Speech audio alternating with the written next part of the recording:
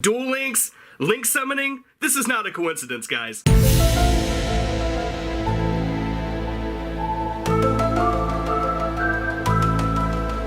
Yugioh! Guest starring Davinator! So Yugioh has been turned upside down once again. The new Link summoning mechanic, changes to the pendulum zones, as well as the new extra deck monster zones are going to create some interesting card interactions. In this video, we're going to be listing off our top 10 cards that will definitely lead to some strange game mechanics and card rulings. Seismic Shockwave. This is a continuous trap just for dinos. Due to the pendulum zone moving to the main spell and trap zones, this card can potentially lock out the placement of scales. With the new rules, the two end spell and trap card zones aren't pendulum zones until a pendulum monster is placed in them. So with this trap, you can literally lock your opponent out of activating pendulum scales. Or if they've already activated their scales, you can lock out your opponent from being able to use their middle 3 zones. So either way, this card can be extremely detrimental to your opponent. Okay, so now we have blasting thieves. With Link monsters placing importance on columns, columns are now on everybody's mind, which is the dirtiest kind of joke. Okay, my question is whether it counts the extra zone as part of the activation condition. If not, is the extra space even part of a column? It probably doesn't count the extra zone as it says for, but also if the Link monster isn't part of a column, then how do the arrows work? They have to be part of the column for the arrows to make contact with the zones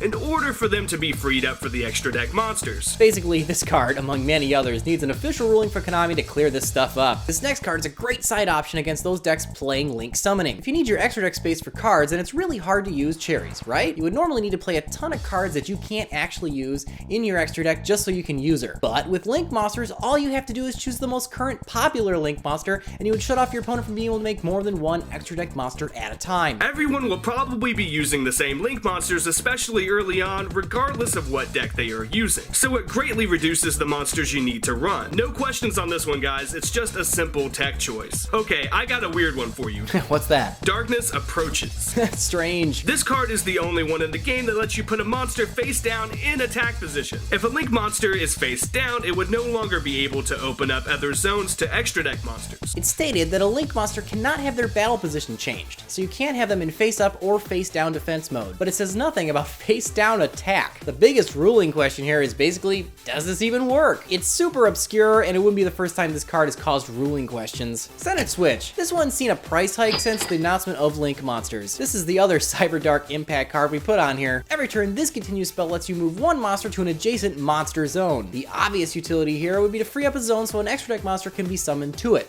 as well as letting you manage monster placement for possible future column-based Link mechanics. What cracks me up is how this card has really only seen play to target Maiden with Eyes of Blue. I guess I would be curious to know if you can move monsters in and out of the extra deck monster zone with it. The main monster zone below the extra zone is adjacent to it by the definition of the word, so it's possible. This card could let you play multiple extra deck monsters without actually needing a Link monster if you're able to do this. Regardless of how it's ruled, I bet the hype on this card will drop tremendously when people figure out you really don't need it to get Link summoned monsters to work. Okay, so now to the other hype card, Ground Collapse. This oldie lets you target monster zones and make them unusable. If you target the extra deck monster zone, you block your opponent from using their extra deck at all. I've been thinking this one over. I wonder if you even can target an extra zone. I would assume Konami would rule that you can't, because it doesn't seem to be in the spirit of the card. If so, it's still a decent card because even if you can't hit the extra zone itself, you could target the monster zones the Link monster points to and floodgate their extra deck that way. Now that we got the two cards out of the way that everyone is talking about, it's time for the fun stuff. What do you have in mind? Oh my.